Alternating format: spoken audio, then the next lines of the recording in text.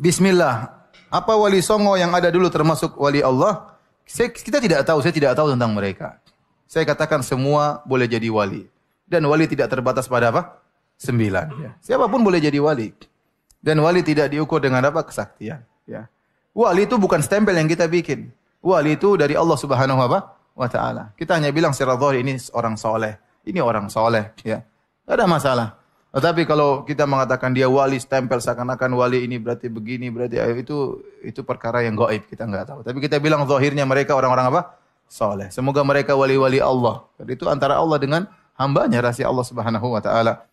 Apakah 9 wali ada wali Allah? Saya tidak tahu. Ya. Kalau saya mau tahu, saya harus lihat perkataan mereka, amal soleh mereka, baru saya timbang dengan Al-Quran dan Sunnah. Kalau mereka ternyata sesuai dengan Al-Quran dan Sunnah, maka insya Allah mereka wali-wali Allah, seorang-orang saleh. Tapi berita sampai kepada kita, apakah bisa kita buktikan keotentikannya?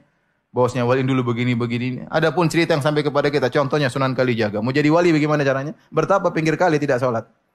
Ya tidak? Dalam film kan begitu. Ya tidak? Dalam film kan begitu. Siapa yang dulu? Artisnya siapa?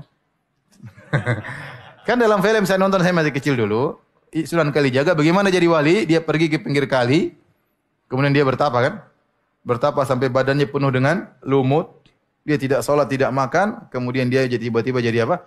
Wali. Kalau begitu cara jadi wali, itu wali setan. Kalau begitu caranya. Tidak sholat. Ya. Itu wali setan. Tapi saya tidak pernah membenarkan cerita itu. Kalau ada yang bilang ceritanya benar, saya bilang mana dalilnya? Sebutkan sanad Anda. Bahwasanya saya telah mendengar dari bapak saya dari kakek saya dari buyut saya dari njit. Bahwasanya dari Paijo, Paimin dan Juminten dia melihat Sunan Kalijaga di pinggir kali bertapa kemudian jadi wali. Taib, kalau kamu bisa menyebutkan sanadmu, rangkaian sanadmu, ini derajatnya bagaimana? Apakah mereka benar semua ataukah ada yang tukang dusta, apalagi suka nambah-nambahin, apalagi orang kita suka nambah-nambahin cerita. Ya. Ya makanya enggak bisa kita benarkan berita tersebut. Ini yang nulis siapa? Yang nulis siapa? Saya dulu pernah ada seorang profesor namanya profesor di kawan juga di UGM, dia punya buku tentang Wali Songo. Kemudian panitia minta saya nemani dia untuk menceritakan isi bukunya karena bukunya laris waktu itu, zaman-zaman tahun 2000-an atau 99. Saya bilang, aduh saya nggak bisa. Karena kalau saya jadi pembanding, pertama yang saya kritiki, berita yang sampai kepada kamu tentang kisah-kisah ini benar atau tidak, bisa dibuktikan otentiknya enggak? Yang nulis siapa? Paham? Ya. Kita hanya bisa menduga-duga, tapi kalau kepastian tidak ada. Kalau hadis ada sanadnya jelas. Saya bilang ini benar, sanadnya bisa diperiksa. Kalau dhaif, kalau palsu. Tapi kalau cerita, saya bilang, kakek saya dulu bisa terbang. Coba, ente bisa bantah saya? Mana sanadnya Ustaz Firanda? Ya, saya bilang dari bapak saya. Ya, antum harus cek bapaknya Firanda dulu bagaimana. Dhaif atau sikoh, kan begitu. Baru bisa benar. Kalau nggak ada yang bisa menilai, gimana ente tahu ini cerita benar atau salah? Kalau katanya semua orang bisa apa? Katanya. Maka saya bilang, ya kita bilang wali-wali songo, mudah-mudahan mereka adalah wali-wali Allah. Mudah-mudahan mereka adalah orang-orang soleh. Tapi kalau memastikan saya tidak tahu karena saya tidak tahu berita yang otentik yang sampai kepada saya. Kalau ada kita bisa nilai orang ini. Kalau dan namun kita ingatkan wali tidak harus maksum. Tapi secara kesalahan-kesalahan yang enggak ada. Namun manusia juga punya salah, Umar aja juga punya salah. Itu menjadi orang tuh bijak. Ini sekarang nakal, jangan-jangan nanti jadi orang baik. Yang sekarang baik, jangan-jangan suatu saat jadi tidak baik. Semua orang introspeksi. Nggak ada jaminan kalau kita sekarang baik akan baik terus. Nggak ada jaminan kalau kita sekarang buruk akan buruk terus. Sehingga terus banyak kiai-kiai bijak itu memang lahirnya nggak tegas. Tapi nggak tegas itu yang menjadikan bijak. Karena sama-sama mungkin.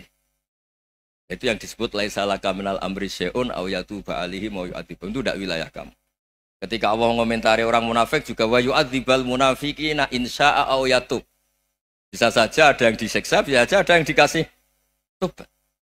Karena pola yang kita analisis itu semuanya menurut kita.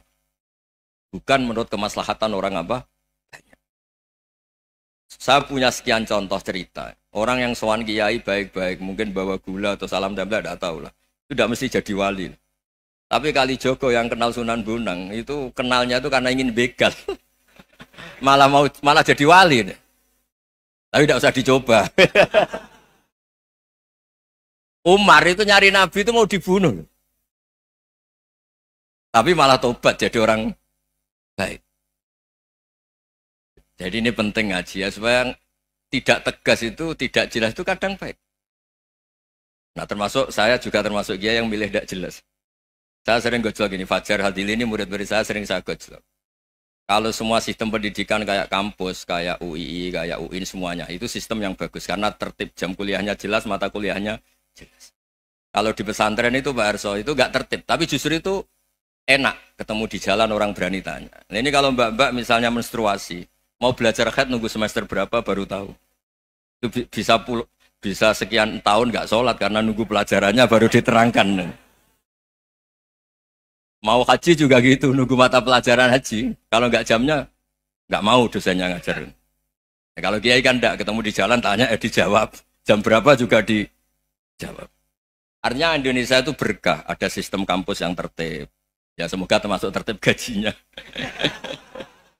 Tapi tertib gajinya itu juga sebenarnya rugi. Saya sering ada pegawai negeri Gus, tolong doain saja di PNS, enak jadi. Gajinya tetap. Kata saya nggak mau kalau gaji saya tetap. Kok bisa Gus, enak tiap bulan mesti dapat gaji. Kalau tetap nggak naik-naik kata saya. Kalau kiai gajinya nggak tetap, tapi di atas yang tetap kata saya. Artinya Indonesia itu berkah. Kalau semuanya pakai sistem pendidikan setertib ini, orang mau tanya haid ya nunggu pelajaran haid.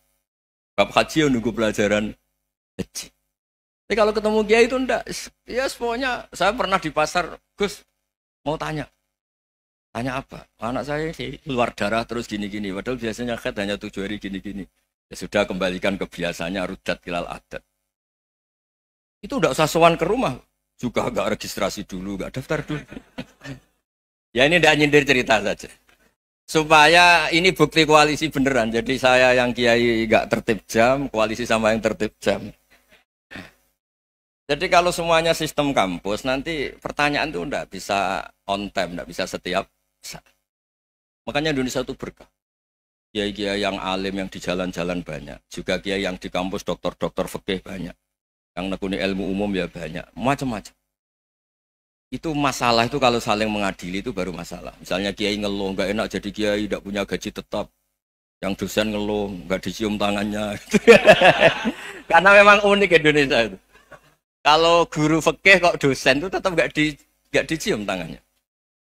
Karena pikirannya anak-anak itu wong sudah bayar disuruh nyium. Itu kayak di alam sadar tuh gitu. Kalau kiai itu kan anak-anak nggak bayar itu. Ya upahnya cium tangan itu. Makanya kalau kiai-kiai tidak keramat bisa mati karena cium tangannya doang bisa mati itu kiainya. Ya ini cerita. Supaya saling menghormati, saling menghormati. Jadi kalau makanya itu pakar-pakar akhlak ya, pakar-pakar etika peradaban. Itu tertampar betul ketika Nabi urusan ilmu itu mengabaikan itu kalau sudah urusan ilmu. Misalnya begini, ada urusan ilmu, ada mbak-mbak cantik atau ibu-ibu cantik. Itu dalam Islam itu diajarkan jangan sopan-sopan banget. Kata Nabi, karena kekuatan ilmu itu di atas kekuatan akhlak, di atas kekuatan adab. Ya nisa an-nabi lastunna ka ahadim minan nisa. Ini taqaitunna fala takhdu'na bil qaul. Fa yatma alladhi fi qalbihi maradun. Misalnya ada mbak-mbak cantik, menarik, kemudian sopan misalnya sama Pak Fajarin sama dosen-dosen. Monggo binara. Wah itu bahaya pikirannya kemana-mana itu. Orang yang imannya pas-pasan, wih berarti mau. Maksud saya kalau cantik, menarik, ketemu di jalan, biarin aja dosennya. Mau kemana, biarin aja. Gak usah dihormatin. Kalau dihormatin, Pak mau kemana, sadar no bisa bahaya. Nah, biarin aja. Kalau tanya, Dek ini alamatnya mana? Cari sendiri Pak. Karena hanya dengan cara itu, si Pak dosen ini gak kepikiran. Gak ada orang suka, orang kedus itu gak akan. Tinggal sudah cantik, sopan. Wah bisa pikirannya macam-macam. Itu ilmu. Fala takhdu'na bil qaul. Kamu jangan terlalu lirih kalau ngomong. Fayat ma'alladzi fi qalbi maradun. Orang yang pikirannya masih kotor pasti berpikir yang negatif. Anda mungkin demi sopan sama dosen Anda. Tapi sejauh mana dosen Anda juga berpikir positif. Itu kan uji iman sama uji nyali. Nah, sama pejabat yang sopan sama kiai mungkin punya Alphard, punya Robicon, punya terus bawa uang banyak. Terus sama kiai cium tangan hormat. Jangan-jangan kiainya yang pikirannya macam-macam. Ini berarti bisa jadi muhibbin potensial misalnya. Nah, saya ini termasuk kiai yang pengagum ilmu. Sehingga saya sama orang yang medit, yang kikir sama saya itu saya senangnya bukan main. Kenapa? Karena kalau orang medit itu gak berhak nuntut. Tapi kalau orang lomo 1 juta minta surga, 2 juta ya minta apa? Surga. Gus, salam template. 200.000 aja kadang minta surga. Tapi kalau yang kikir-kikir ya sudah salaman tok sudah. Gak minta apa-apa. Kan dia tahu diri, gak bayar kok minta. Maksud saya, Islam itu luas. Dinikmati saja, Pak. Dinikmati saja. Nah itu diroya. Maksudnya itu diroya. Diroya itu kamu tahu aturan Islam itu kamu harus yakin khairihi wa syarrihi minallah. Semua itu ujian. Tapi kemudian dikaji. Makanya saya ini termasuk pengagum Imam Syafi'i. Imam Syafi'i itu dikasih tahu. Ada orang yang di depan engkau cium tangan hormat tuh di luar ngomong-ngomong. Ngata-ngatain Anda. Imam Syafi'i tertawa-tawa sewenang. Loh, Anda ini dikata-katain di luar kok. Kok tidak kamu anggap munafik malah tertawa. Berarti saya wibawa. Di depan saya nggak berani. Dianggap enteng saja. Dibilangin, sebagian orang kampung sini nggak suka sama engkau. Baguslah, tidak akan pinjam uang sama saya. Di mana-mana orang pinjam minta tolong itu karena seneng. Kalau benci kan enggak. Intinya dianggap enteng saja. Yang terjadi di dunia itu semuanya dianggap enteng saja. Man asa ilaika faqat atlakoka. Yang berburuk sama kamu itu membebaskan kamu. Coba kalau akrab, titip. Ya misalnya akrab sama Pak Fajar.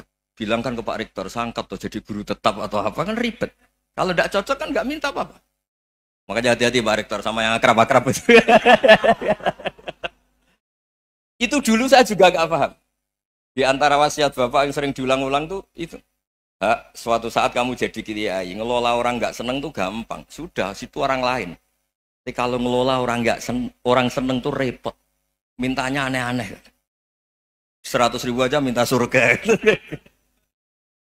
Hanya teman tenis saja minta naik jabatan.